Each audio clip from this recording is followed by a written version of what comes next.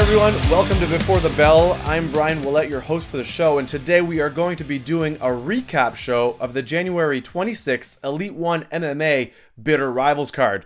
Today I'm joined by a guest host, professional MMA fighter from Prince Edward Island. Please welcome Shawn Wallace. Shawn, thank you so much for joining us today.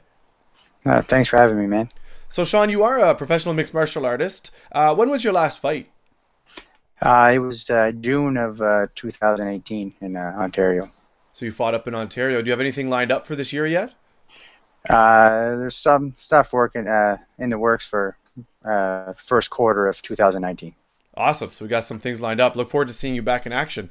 We're going to review the show, that Elite One Bitter Rivals card, and Shawn, obviously give us some insight as that experienced fighter, and then your expertise obviously with the sport. So let's talk about the first fight on the card, which was supposed to be Nick Coombs versus Joe Pilmer, and there was a bit of an issue there. That fight did not happen. It got scrapped the night of the fights due to not being able to find gloves that fit Nick, I believe. So what's up with that, Shawn? Is that something that happens often, or do you guys, size gloves? Is there an extra large, XXL, or how does that work?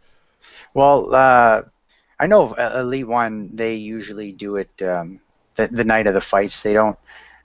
They're not doing it beforehand. But I have fought for other places that it was something that was in the contract. They would request, what size are your gloves? So they have that all sorted out beforehand, so those kinds of things wouldn't happen.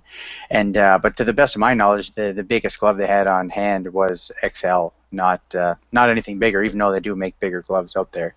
So that was very unfortunate. And is that something that it is hard to find a good fitting glove? Like I can't say that I've ever tried on an MMA glove. So obviously there's some wrapping that goes on the hands. And is that something that plays into the factor, or different brands, different fits, if you will?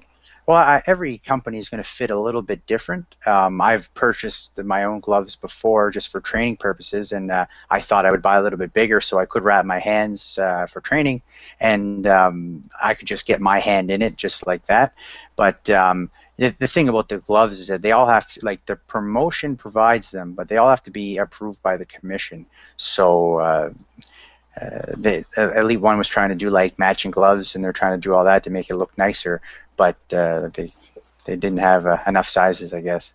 Right, and that's unfortunate that we didn't get to see those two guys brawl inside the octagon. That was a rematch for them, and hopefully we'll see them maybe on the upcoming April card or at some point again, because that would have been a great fight to see that night. Yeah. So let's talk about the second fight, or actually the first fight, if you will, of the night was Keelan Samson versus Robbie Ennis. And Robbie took that one by unanimous decision. It did go all 3 rounds. And for fight fans, maybe not the most entertaining fight, if you will, but I'm sure there was a lot. You can tell there's a lot of technique at play here. And Robbie had a game plan. You could tell he held Keelan up against the cage for quite a bit of it. So what does that look like? Fans are always, they boo or they're annoyed by the lack of entertainment, but really this is a sport, right? So how does that play out in your game plan when you watch a fight like Keelan versus Robbie, and there's a lot of strategy? I think that I don't know if Keelan knew how strong Robbie was going to be, but he seemed to be a very strong individual. And when the fight started out, Keelan was moving around a lot, sticking and moving, and he was trying to stay away. And but eventually, once he started to fatigue a little bit, Robbie was able to just overpower him. And then it just like Keelan didn't have an answer on how to get off of the fence. Like he did have opportunities. He had his underhooks and stuff. He just, I don't know if the guy was just bigger and stronger than him, or if he was just wearing on him a little bit. He was softening up to the body and stuff, and that does take some out of you. And when you're the smaller guy against the fence, and even though people think they're just standing there, when the other guy's leaning on you, you're kind of carrying his weight, and it does tire you out. So that could come into play, and then it just kept repeating itself. Like Robbie didn't get any takedowns, but he just kept controlling it and just winning the fight, I guess. Winning on points, like not the most exciting for the fans, but you got to win those fights too. Yeah, and that's one of the big things there. You could tell Robbie had a game plan. Strong athlete, obviously, like you said, held him up against the cage, and Keelan almost didn't have an answer for that. You could hear the coaches, yelling underhook, put your head under his chin, and just trying to get him off of the cage. But it seemed like every time he made a little bit of move away from it, Robbie was able just to bring him back. And you talked about winning on points. So how does that typically play into a match like that? Is there points awarded for controlling another fighter and controlling the octagon? Well, I know that there's like the unified rules and stuff like that, and the judging, like it varies from commission to commission how they're going to do it, and every judge, like some judges are more inexperienced and they don't know. Maybe they're strictly a boxing judge and they don't know anything about grappling, or they've never been kicked in the leg before. That's kind of a problem. But when it comes down to it, like damage is scored quite high, and like trying to finish the fight. But when those things don't happen, when you're having like the control and the aggression, or you're pushing forward and the other guy is just kind of defending all the time, most of the time you'll be ahead that way. But like when Robbie was pursuing Keelan, when he would land like he was trying to stick and move as much as he could, like jabs and kicks to the leg and stuff like that. But eventually he would just catch him and just tie him up, and then it was beginning of the end. Right, and it was over from there. So Robbie took that one, took a unanimous decision from the judges' cards on that one. So let's move on to the third fight. Jacob Palmer versus Jesse Atkinson. And Jesse won this one via armbar in the first round. Now I have to say, watching that one, Jesse has some crazy high kicks coming out of that fight. He had some great kicks coming in. And I thought, that battle was going to be a standing battle. And when he took him down and put that armbar on, obviously the end was there. He took that via submission. But how does that, tell us what you thought of that fight. Well, like I've seen both of them fight before, and I know Palmer started out his career super hot, and he had I remember seeing one of his fights one night. He had like an 8-second knockout, and you're just like, wow, this guy's a powerhouse. And that was Atkinson's first attempt to go down to 55. I think he fought at 70 before. And I don't know where he was training before, but I know he does train with MXT now, so he just has maybe a little bit more, everything's being put together a little bit better. Right. But like it came out and they were throwing, but it was like Palmer has lost by submission before, so maybe he does have a hole in his ground game. And Atkinson coming into the fight at 1-2, he doesn't want to be 1-3. He wants to win that fight. So like, yeah, the finish is great, but also like playing on your strengths versus your opponent's weaknesses. So he took him down and he did what he had to do, and he didn't just lay on him and hold him down. He went for the finish and he got that armbar, and it was a great performance. And that was a great fight. Jesse put on quite the show as well. And like you said, we've seen Jacob fight several times for Elite One as well, and has the skill sets. And like you said, maybe it was just the hole in the game that Jesse was able to pull out. So let's go on to the next fight, which was Ryan Goggin versus Kent Vienna. Now, Kent Vienna won this one rear naked choke of round 2, and watching this fight, Kent came out like a bull. He just came out almost like a spear going after Ryan. Yep. What does that do to your game plan? Obviously he's giving up a lot of energy trying to go for that takedown at the very start. And what happens if that doesn't work out? Obviously it didn't work out in this. They went to round 2. What does that do to your mentality and obviously your physical ability? Well, I think like Kent took this fight on short notice, and he was a bigger dude. And back last year when he made his amateur debut, he didn't go for the takedown right away, and he fought a striker, and he got kicked in the head in 10 seconds, and the fight was over.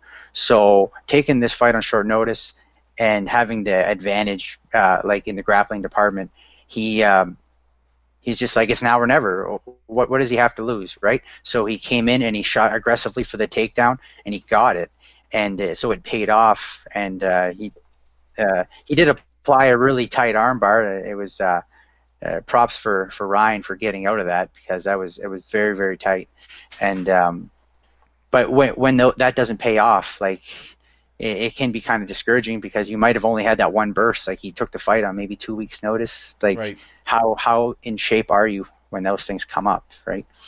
Yeah, and let's talk about Ryan getting out of those submissions, because it wasn't just one. There was a couple there where Ryan was in a bit of a predicament, and you could tell that he wasn't willing to give up. He was, pushing his way through. And I can only imagine the strain on the arm and even the neck. There was a couple of in there where it was, either a triangle. So what does that do to, does that boost you as a fighter? He gets out of a couple of those submissions. Obviously, does that change the scales a little bit where Ryan starts to feel, what, I've got this. I can get out of all these submissions. And does that wear down on Kent saying, man, can I get this guy to tap? Yeah. Well, I imagine it was a confidence boost for Ryan to get out of that first armbar, and then even at the end of the first round, I think Kent was setting up a knee bar, and when the bell went, he was trying to attack the legs, and so he's kind of saved by the bell there. But the fact of Ryan getting all those submissions is kind of a confidence boost, but it can also be things like, wow, these things are getting closer and closer. I really don't want to go to the ground. And with Kent attempting all these takedowns and Ryan defending them, it could give him a false sense of confidence of being like, oh, wow, this guy can't take me down. So then you take a little bit more chances, which is what ended up happening. Then he got taken down and finalized.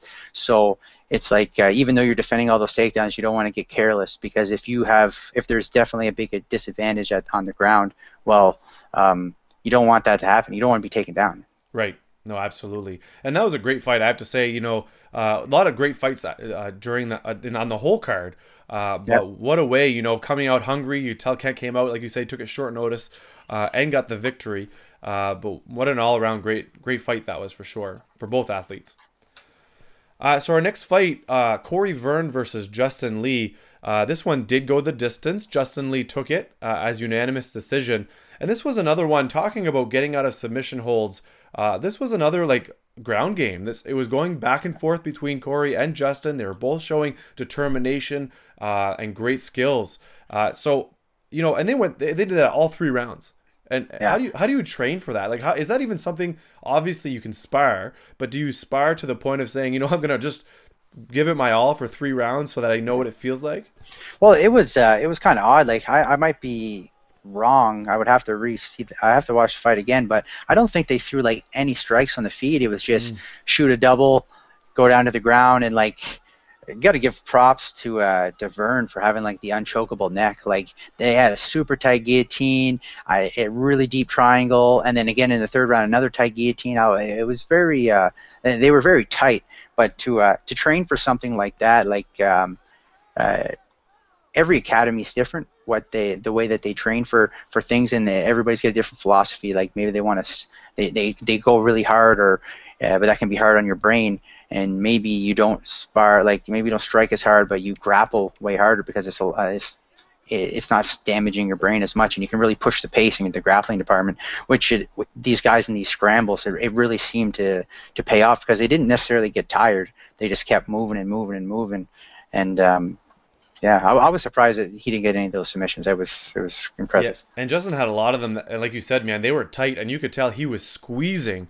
How does that? I mean, at some point, are your arms just done? At some point, I mean, Justin's arms must have just been throbbing from just squeezing and trying to get Cory to tap. At what point do you say, I need to change this up and go for something else because my arms can't take it anymore? Well, when he was going for those, a guillotine or the triangles, it's just imagine sitting in a squat for a couple minutes and then get up and then try to use your legs. The lactic acid is going to be built up, and but conditioning is definitely going to play a part, from the average person trying it to someone who's training like a professional athlete. But at a certain point in time, maybe you're wow, I just can't get this guy's neck. Maybe I need to take his arm. There was a point in time he had a mounted triangle and he was throwing punches. Maybe he should have took his arm and he could have tried to pull off an armbar. Maybe his neck's not chokeable, but maybe he has really sensitive elbows. I don't know. Yeah, and it's like you said, and when we said at the beginning, when fans watch these fights, and sometimes they get disappointed in lack of action or punches. Everyone wants to see blood, right? But man, and like you said, imagine just sitting there in a squat, doing all that work, getting up and saying, you know what, you've got to keep going. So yeah, and that's for anybody watching these fights or any MMA card or a fight at any point, right? These athletes are they're training for these awkward positions and really putting the body through that and to keep going. It's not oh, can I get a timeout real quick? I need a water break so my legs can regenerate.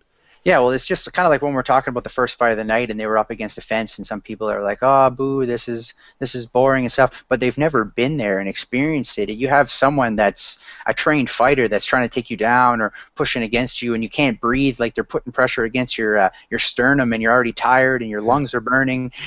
Like you have to be in there to really be able to criticize those kinds of things, right? Yeah. Because it could be terrifying. Oh, absolutely. You know, and we can't finish off without talking about the big finish. You know, Justin won by unanimous decision, and then, you know, thanks his cornerman and proposes, and she said yes. You know, that was a first for me to be there and see that live. You could see and feel the emotion from both of them. I mean, I will say, though, like, how would that weigh on you as an athlete thinking, man, I got to win this fight Yeah, like because I'm going to propose? It's a very good thing that he won because, like, it's a lot. It would be a lot to think about. Like, if you lost, would you still go through with it, or now you got to try to come up with a new plan? But it would definitely be a lot to think about during your fight as well. Like I'm sure that was in the back of his mind the whole time, and I don't know if I'd want to put that kind of pressure on myself. Really, like you've seen guys do it on the big stage before. I think Benson Henderson might have proposed in the octagon before, but you're like, man, that's. You're a little crazy. Anyways. It's a chance to take. I mean, congratulations to him, not only on the victory, but obviously she said yes, so that's cool. Yeah. You know, I'm glad that I was part of that. All right, so let's move on to that next fight. We have Scott MacKinnon versus Mike Somerville. Scott MacKinnon takes this one by unanimous decision. And you know what I like about this fight is the fight was over and they're both smiling. You know, they're both, you know, they appreciated the work that they both put into this. They went in as athletes. They went in as, you know, and they left there. You know, just appreciative of the work that they both put in to that showcase. Yeah, it was for me. It was a coming out party for MacKinnon because I didn't know anything about him, and I thought he was debuting. And then when I knew he trained at Victory Jiu-Jitsu, so I figured he had good jiu-jitsu. I think he was a blue belt, but he's fighting Mike, who I know who he is. I've seen him compete before. He's a purple belt, and like just because belts really they don't really matter. But when you just look at it on paper, you're like, I really thought that Mike was going to smoke him. I couldn't believe it. Then it was just like the transitions, and like he wasn't even like trying to strike too much. Like he pulled guard and threw up the triangle. Then he took his back. He was just all over him, man. And then the second round, he came out super aggressive. He busted Mike up a bit, then took him down again, and he outworked him. It was very, like, it was impressive. I was very impressed. I couldn't believe it. And it was a great, I have to say, like you said, right, it was a great fight. Their showcase of skills, back and forth, you know, and then, you know, Scott comes out with the victory. I look forward to seeing him in the octagon again. You know, that was impressive. See who he takes on next. All right, so let's go into those pro fights. We have 3 pro fights on the card. In this first one, we have Paul Melanson versus Todd Henry. Paul wins this one by ground and pound in the 3rd round. So, you know, first let's talk about age. These guys were probably they were the oldest guys on the card. Older in age. I mean, first of all, props to both of them for still stepping in the octagon and still laying it all on the line. I mean, every punch you could tell they were putting their heart into it, and it wasn't. They weren't just going to roll over and give up. They were going to do it until the end.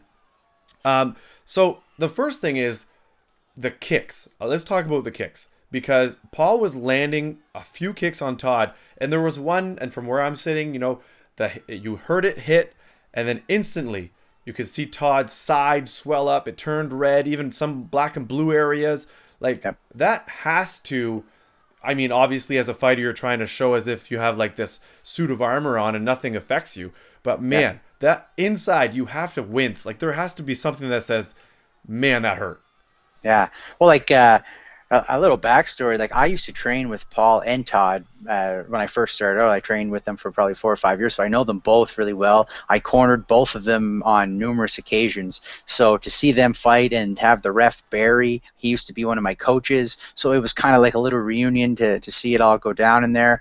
And but to talk about like some of those shots, like when you're taking those hard shots, adrenaline really helps, like to do that and to try to have a good poker face. Like some guys don't have a good poker face and they let everything out. But it's like if you can do that and you can maybe trick your opponent a little bit, being like, oh wow, what's it going to take to hurt this guy? Like I can't do anything, even though you're crying on the inside because it's so brutal. But it really does. Like, sometimes you don't feel the stuff till after, but sometimes it's kind of hard not to. Like, there's everybody's got their little kryptonite spots that are gonna you're gonna feel them for sure. Or if you take repetitive kicks to the leg, like kicks to the thigh suck, but he was kicking him to the calf as well. Oh. And if anybody that's ever like never experienced a leg kick, okay, that'll change your day. But kick to the calf, that'll change your life. Like that's horrible. and Todd has this Boston Bruins logo tattooed on his leg. Yeah. And I have to say, it almost looked like Paul was just aiming for it the whole time. I don't know if it was Paul's corner or if it was someone in the crowd, but they just kept yelling, "Kick the Boston logo, kick the!" And I was just like, oh, "You better check that kick! Like, it'll shut your whole leg off, man. It's brutal. It's really bad." I can imagine. And you know what, Todd? Man, what an athlete! He kept fighting through it. His nickname is the Ox, and I know why now. You know, just kept pushing forward, and the punches. You know, and you could hear people in the crowd, you know, talking about the punches, but like they were connecting. And I could tell you right now that it wasn't a light punch. It wasn't a tap.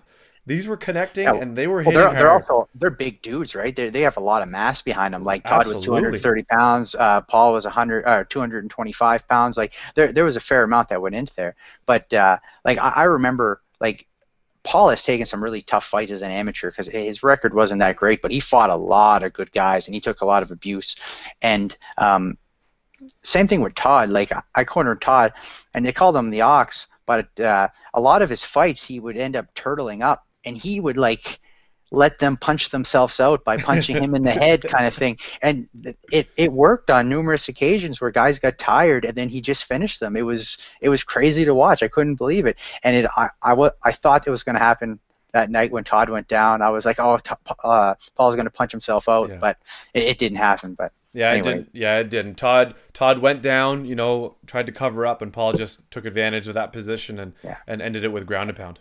Well, like props to Todd. Like he came off. He hasn't competed in 4 or 5 years. Yeah. And like he wasn't training like for that amount of time, so he got off the couch to train specifically for this fight. And I don't even know if he went to a gym. He was kind of training on his own with some people and stuff like that. So 5-minute rounds are considerably longer than 3-minute rounds. So when you're in there and you're into the third round and you're maybe not in the best shape and you're starting to get a little bit tired and you keep slamming your, like, the thing about throwing big punches like that, when you miss, it's like it really takes like this little extra out of you, and I don't know why, but it's like when you're throwing everything you have and you miss, it's like discouraging, but it takes extra out of your tank. Right. And then you add a guy slamming in your body a whole bunch of times, like you are going to get tired, and then your lungs are burning, and it's just the third round's a bad spot to be when you feel like that. No, absolutely. But man, what a great way to start off that series of pro fights. Those two showcasing their talent and not quitting. It went to the third round. With no quit in it and with the ground and pound, and props to Paul and Todd for both stepping into the octagon and showcasing their talent. Yeah. All right, let's head off to that co-main event. That co-main was Abear versus Gary Brown. Now, Abear wins this one, triangle choke in round 1. Now, leading up to this fight, I interviewed both guys on the show, and leading up to it, they were talking, you know what, we're gonna bang it out. We're gonna stand and deliver. We're gonna show each other what we've got, and may the best man win. And got a little confused because it seemed like Mark went straight for that takedown. Yeah. Well, like you got a guy in Gary who's his record wasn't stellar, but he fought a lot of guys. Like I think I cornered him for his first pro fight. He took on a short notice and he fought Richard Arsenault on like 12 hours notice or something like that. Yeah. And so he had that one. I think he had one pro win. But he fought Matt DeRoche, who's an absolute monster, and like he's just taken all these tough fights. So for Gary to go out there, likes to stand and bang, to him it's like it's fun, right? Right. But on the Mark's side, he just coming off a loss, and as much as everybody says, "Oh yeah, I'm gonna stand and bang and trick your opponent," he wants that win, right? Right. So to stand there and to take the risk of standing in front of Gary and possibly get hit with one of his heavy hands, right? Gary has lost fights due to submission before, so Mark exploited that. He did, like, he threw a few high kicks and stuff like that. He looked all right, but then he did take him down and he exploited that hole in his game, and You know, I mean, props to him for winning that fight. Yeah, absolutely. And like you said, man, it could, you get hit by one, and Gary does have some strong punches. He gets hit by one of those, takes him down.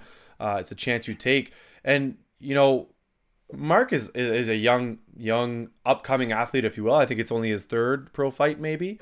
What do you think? What do you see from your perspective, and what do you see would be next for Mark, or how does he improve his game, or is there weaknesses that for both guys, I guess, for Gary and Mark from what you see? Well, like Gary's been very recreational about being a fighter. Like I think he's like just does it for fun. I don't think he's trying to make a career out of it or anything. I don't even know where he trains, to tell you the truth. Yeah. But Mark, for example, he has taken it seriously, and he did have some holes in his jiu-jitsu game. Like he did lose a few fights by submission, like his last fight was, and he lost. I think his last amateur fight was a quick submission loss as well. But I think he's working on those, and he's addressing those holes. And his striking is good. Like I think he has a karate background, and now he's training with Spitfire, so he's doing Muay Thai as well. So I think he's going to be well-rounded. He did talk about having a tough weight cut, or like recovering from it. Maybe cut too much weight. Maybe he should address that a little bit. But other than that, I think he's coming along great. The problem is I fight in that same weight class, and I'll tell you right now, there's not that many guys in the Maritime at 155 pounds. So believe me, I've been trying. But there is a few guys that he could fight. A few names I could think of off the top of my head. But other than that, he would have to exercise his options of maybe trying to go find another promotion and just try to stay active. You know what I mean? Yeah. Sitting on the shelf too long is kind of tough. And that's one of the hard things, right? Especially here in the Maritimes. It's hard to find a fight because there's only so much talent here in the Maritimes. Like Elite One, great promotion, and they put on some great cards, but it's hard to find, a variety of talent unless you're fighting the same guy over and over again. And that becomes a stalemate at some point as well, like you said, and you fought up in Ontario. So yeah, and you start kind of spreading your wings a little bit and going to other places to see what it looks like. Yeah, well, you need these like regional, local shows. Like you got to get your experience as an amateur, and then you transition to become a professional, and then you're starting to get your feet wet and stuff. Because a lot of these other promotions that are not in Atlantic Canada, for them to bring you out, it's an expense, right? So they definitely. They don't bring you out they don't want you to win. They want you to fight the hometown guy and lose. Like it's no secret for there. Yeah. But you need to be a little bit reputable as well. Coming from the East Coast, like it's nice to have a couple wins, so then they can sell it a little bit more, and you're not just fighting. You're not just having like a curtain jerkers fight. Like you're going to fight maybe someone that has a little bit more experience, and it's good for you because they like to have big shows, and it propels your name out there. So absolutely. All right, let's move on to that main event, the last fight on the card, which was for that welterweight, the vacant welterweight title, which was between Christian Savoy and Aldrick Keith. Going into this fight, like called Bitter Rivals, and I'm going to say probably called because of this main event. The two guys obviously showed no love for each other. A lot of memes going around, social media posts. And I'd say even when the fight ended, there was still no love. So Christian wins this one by TKO, referee stoppage, second round due to medical advice. And, everyone seemed to boo or, no, sorry. They didn't boo when they announced that, but they booed because of the stop, right? Because nobody likes to see a stop because of a cut. But, man, I have to say, Aldrick's gash, I won't call it a cut, I'll call it a gash, above his eye was the worst I had ever seen. In the years that I have done this, and interviewing him afterwards, I have to say I couldn't look at him because it was, I mean, the blood doesn't bother me, but I'm pretty sure I could see either his muscle or his skull, one of the two things, from deep down. So what is that like? I mean, you're fighting, you're training for this, you got some bad blood, you want to just destroy each other, and the fight gets stopped because you're cut. Like, what does that do to you? How does that? Well, I've reached out and talked to both guys. I know both of the guys. Like, I won't say I'm best friends with either of them, but I know them both. And like I was talking to Aldrick, and that, like, from where I was sitting, I couldn't tell how bad the cut was until I seen it afterwards. And you're like, oh wow, that is horrible. And he told me he got like 14 stitches in his eye, and you're like, wow, that's a lot of stitches for such a small spot. So it's pretty serious. And when I was talking to Christian, like he was kind of like he was happy that he won. Like he definitely won that fight, but like it did suck the way that it ended. Like with that cut, and like I'm sure Aldrick's not happy with it. He wanted to continue, but you really at that point in time, like that was a big cut, man. Like Yeah, and at some point, horrible. fighter safety comes into play, right? And no one, I will say, no one wants to see the doctor step in because then you're like, oh no, right? Yeah. Is it going to stop? And at some point, fighter safety comes into play, and I have to say, like, I mean, he couldn't see his cut, and obviously, you know, the goal is you just keep going, titles on the line. This is the moment to showcase your talent. But at some point, do you just say, yeah, you know what? Like, I appreciate you stopping that. Like, I could have gotten a lot worse, right? Well, I think he's after seeing the cut, like at the time he wouldn't want to. He would be upset, obviously, in the heat of the moment. But then after he would have seen it, he would understand. Like there needs to be a certain amount of like, okay, you need to stop this, right? Like it was in a bad spot too because it's when you're on your back, it's going to bleed right into your eye and pool there, so you're not going to be able to see. So that it was definitely the right decision to stop the fight at that point in time. Like I said, I thought it was unfortunate that it stopped to a cut. Like I always thought it would be greater to, you know what I mean, to get the finish, like either rip them from consciousness or make them quit or destroy them for 5 rounds, like just something like that. But you're almost not satisfied, right? Even you still win, you get the title, you know, you move on, but it's almost like you're not satisfied with how it ends. It's almost like a bitter taste in your mouth because you're like, wait, it's over and that's how it's gonna end. Well, that's how I thought, and then I like I said, I reached out to both guys, and like I thought, I was like, oh, they should probably rematch, is what I thought. Maybe they have different thoughts on it, but like when I brought it up to Christian wasn't. He was not happy that I was bringing that up. He's like, I clearly won, and thought I was disrespecting him and stuff. Now, that's not what I was trying to do. I was just speaking my mind, trying to have a proper conversation with him. Right. So I was like, all right, I'll leave you alone. I'll stop talking to you about it. But like I was also talking to Aldrick, and he's just like, yeah, well, it is what it is. I'm sure he would accept a rematch because it's like it does, like Bitter Rivals. It seems like there was so much bad blood, and then there was a lot of blood spilled as well. But like the next round would have started back up on the feet, and we had those kind of weird stand-ups in the fight. And when they did stand up, Aldrick came out guns blazing, and then he dropped Christian, right? As much as maybe they shouldn't have been stood back up, it did happen. So the second round, you never know. He could have came out. He could have did the same thing. We have no idea, right? Yeah, and let's talk about that stand up. Like they were on the ground. Referee calls, you know, a stop just to get the gut check. What's proper protocol? I mean, I think it's to put them back in the position that they were in, right?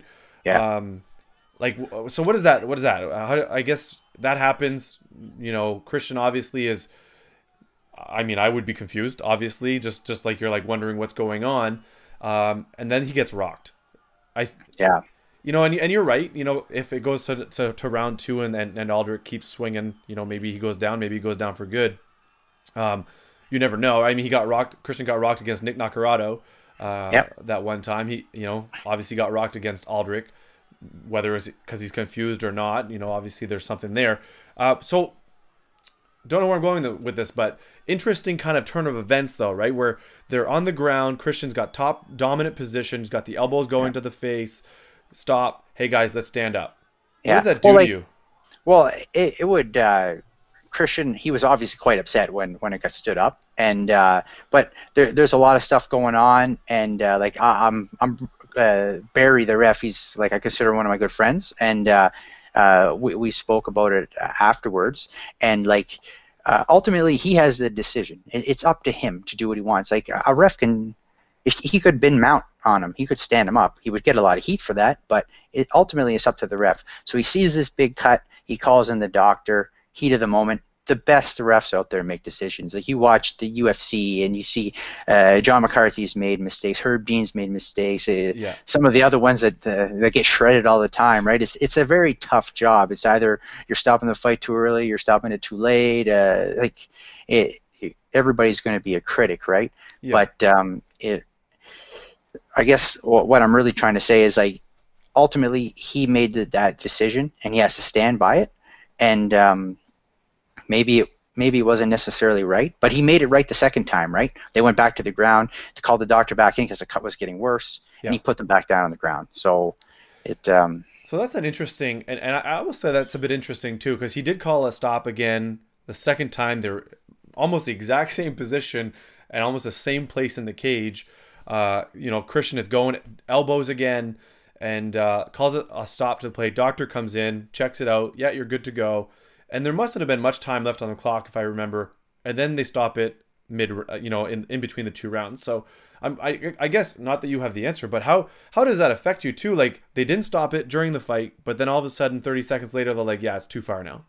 Well, it's like I can imagine for Aldrick, he doesn't know how bad the cut is, and he's like, "Wow, there's so much attention being brought to this cut. Like, how bad is it really? Like, that could be that could play on your mind a little bit, right?"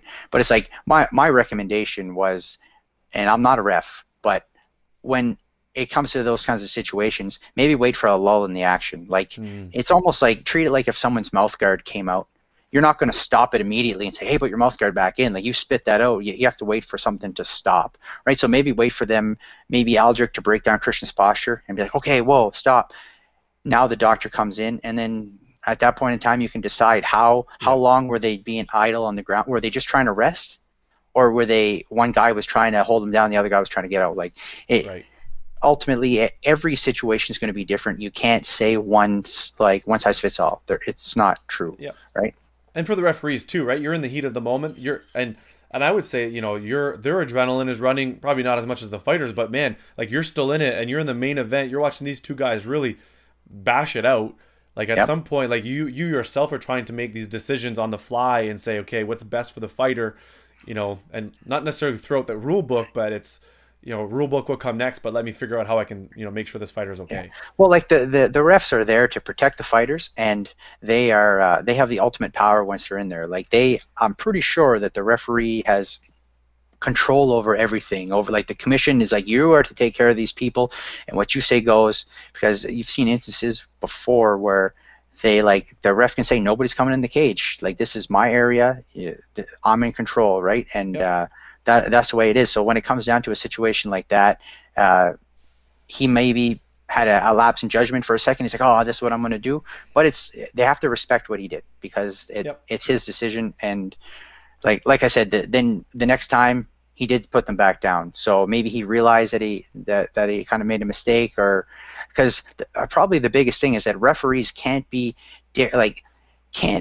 influenced by the crowd and by the corners and stuff. If a corner's yelling something, well, maybe he can look for it, but he can't listen to a corner man. He can't be if the crowd's booing, well, too bad. It has nothing to do with them. It's about the competition. It's not how interesting it is for the fans. So it's a ref's decision, 100%.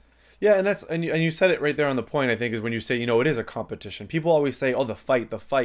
It's not just two guys who were having a drink at the bar and said, hey, let's step in the cage and just fight it out. It really is a competition, and you're all athletes. You guys are training for this, and really it's a showcase of skills. And the guy who wins has the best skill, and has the best, game plan, if you will, that walks out of there. And the referee is there just like a basketball referee or a hockey referee. They're there to make sure that this is happening to the rules and it, stays safe for everybody. So yeah, props to Barry for, keeping his head cool and continuing on. And the second time he did it, he got it right, or, and just keep going and not worrying about what the fans are saying and things like that. No, there's no point of arguing with the fighters and stuff. Like, Christian was quite upset, and he's like, you need to be professional. Don't, like, you're in the middle of a fight. Be like, okay, you can be upset, but also he seems to get caught up with that. And I'm not saying that's the only reason that he got caught with that punch, but it's like he definitely was thinking about it, and he was emotional about it. And then Aldrick stepped in. It's like, I think Aldrick switched southpaw and threw a straight left and just connected clean on the chin and knocked him down, right? It's like he recovered very quick. Like, you could tell Christian was in great shape. That helps with your recovery. But it's like he didn't necessarily need to take that punch, but it is what it is. There's no woulda, shoulda, coulda, whatever. It's over with, right? It's Absolutely. just like you won. There you go. Be happy with it. So what do we, Christian wins that fight. Now he's calling himself, the champ. He is the middleweight champ for Elite One, welterweight champ for Elite One. What's next for both guys, you think? Everyone's talking UFC for Christian. Is he ready for the UFC? Are they ready for him? And same thing for Aldrick, right? What's next for Aldrick? Does he stay on the local show for a bit and then and work it? I personally, I think both guys make it to the UFC eventually. They both have great, athletic talent, or somewhere, whether it's that UFC, Bellator, I don't know, but yeah. Well, like starting off with Christian, if he's not making it, like there was all this talk about he had, like I know his management team has a lot of fighters in the UFC, and then he had all these conversations about maybe having a fight and stuff like that. Now that he won, like that was like most of their drama between the both of them was talking about their records and who they fought, right? So like not picking sides or anything like that, but that was Christian's first like big legitimate win, right? He beat this guy that had a respectable record, comes to fight all the time, made weight. Like, okay, boom. If he doesn't get that call now to a big show, I suspect that he should have a, like, if he's going to say he fights for Elite One again, I think they should bring in like a UFC veteran or something like that for him to fight that the next step up. Or like I was saying earlier, maybe they rematch and they can like bury the hatchet for good. Yep. Maybe that would be more definitive, and maybe they would shake hands after that one. I don't know, but for Christian, I think the bigger fights are on the horizon for him, and he has to rise to the occasion. And if it's not on the East Coast, it's either maybe the UFC, or maybe he could go to TKO. They're pretty big. Right. Western Canada, like promotions like Unified, they're bringing in like. They're always bringing in UFC vets and big name, like they're always doing big fights. So it's like a lot of those guys could use that platform to propel themselves there. Right. And then a guy like Aldrick, it's a tough loss for him to swallow. That's so he's 9-5 now. It's definitely, if you still have that dream of making it to the big show, well, it's going to be a longer road for sure. But the thing to do is just to keep training. And keep fighting, and like I'm sure he can fight on the East Coast, or he could go to TKO, you know what I mean? Or like I fought for BTC this summer. They're always looking for guys. He could go fight for them. Like right. It's not a career ender for him. Like he's not old, like super old or anything like that. Like he still definitely has some more fights left in him. Yeah, absolutely. And you know what? Like you said, if Christian doesn't get the call to move up to the big show, maybe he takes on another fight here. Maybe we see Adam Hunter step back in the octagon if he's cleared to fight, or maybe Matt McGrath makes a comeback out of retirement to take on that fight, or you never know. Like you said, right? You put on that name so that maybe that's what propels him to that next level. Yeah. So that's it for that card, Shawn. I appreciate you coming onto the show and being our experienced fighter and giving us some of the inside scoop for each of the fights. It was a great night of fights, that Elite One Bitter Rivals card. Everyone showcased their talent, and they've announced a show in April. Can't wait to see that card and that lineup. Obviously, they put on some great shows, so looking forward to seeing who's on that card, and hopefully you are. Yeah, that'd be great. All right, so we thank everyone for watching the show today, watching our recap video for this Elite One MMA Bitter Rivals card that was happening on January 26th at the casino here in Moncton, New Brunswick. We look forward to seeing everyone on their next show, and stay tuned for more interviews from Before the Bell.